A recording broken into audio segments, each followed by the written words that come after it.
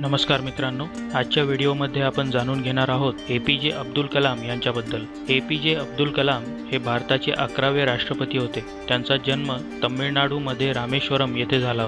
ते एक aeronautical engineer होते। त्यांनी DRDO मध्ये कार्य केले व भारताच्या अग्नि 1, अग्नि 2 आणि अग्नि 3 प्रक्षेपण अस्त्रांची निर्मिती केली। त्यांना भारतरत्न पुरस्काराने सन्मानित करण्यात आले होते। ते इस्रोचे वैज्ञानिक होते। डॉक्टर अवुल पाकीर जैनुलाब्दीन अब्दुल कलाम तथा एपीजे अब्दुल कलाम यांचा जन्म 15 ऑक्टोबर 1931 मध्ये रामेश्वरम येथे झाला। कलाम यांनी आपले शालेय शिक्षण रामनाथपुरमला पूर्ण केले। लहान वयातच वडिलांचे छत्र गमावल्याने डॉक्टर कलाम गावात वर्तमानपत्रे विकून तसेच अन्य लहान मोठी कामे करून पैसे कमवीत व घरी मदत करीत होते। शाळेत असताना गणिताची त्यांना विशेष आवड लागली। तिरुचिरापल्ली येथे सेंट जोसेफ कॉलेजमध्ये दाखल झाले।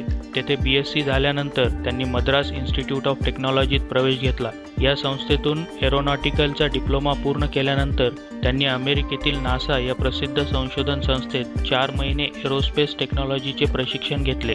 1963 मध्ये ते भारतीय अवकाश संशोधन संस्थेत इस्रो मध्ये क्षेपणास्त्र विकासातील PSLV सॅटेलाइट लॉन्चिंग व्हेइकल च्या संशोधनात भाग घेऊ लागले। क्षेपणास्त्र विकास कार्यामधील अग्नि क्षेपणास्त्राच्या यशस्वी चाचणीमुळे डॉक्टर कलाम यांचे जगभरातून कौतुक झाले।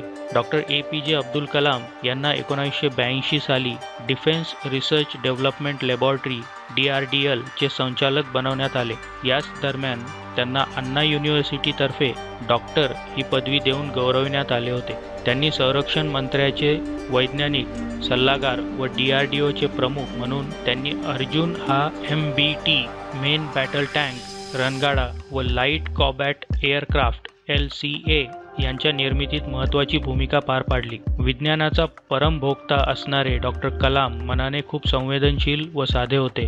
त्यांना रुद्रवीणा वाजवण्याचा व मुलांशी गप्पा मारण्याचा छंद होता। भारत सरकारने 1981 साली त्यांना पद्मभूषण व 1998 मध्ये भारतरत्न हा सर्वोच्च किताब देऊन त्यांचा सन्मान केला। डॉक्टर कलाम हे अविवाहित व पूर्ण शाकाहारी होते। पुढील 20 वर्षात होणाऱ्या विकसित भारताचे स्वप्न ते सतत पाहत असत। 2002च्या राष्ट्रपती निवडणुकीत डॉक्टर कलाम भारताचे 11वे राष्ट्रपती झाले आणि 25 जुलै 2002 रोजी राष्ट्रपती भवनामध्ये दाखल झाले। राष्ट्रपती बनण्यापूर्वी 25 नोव्हेंबर 1998 रोजी भारतरत्न हा भारताचा सर्वोच्च नागरिक सन्मान त्यांना मिळाला आहे। असे कलाम हे भारताचे 3रे राष्ट्रपती होते।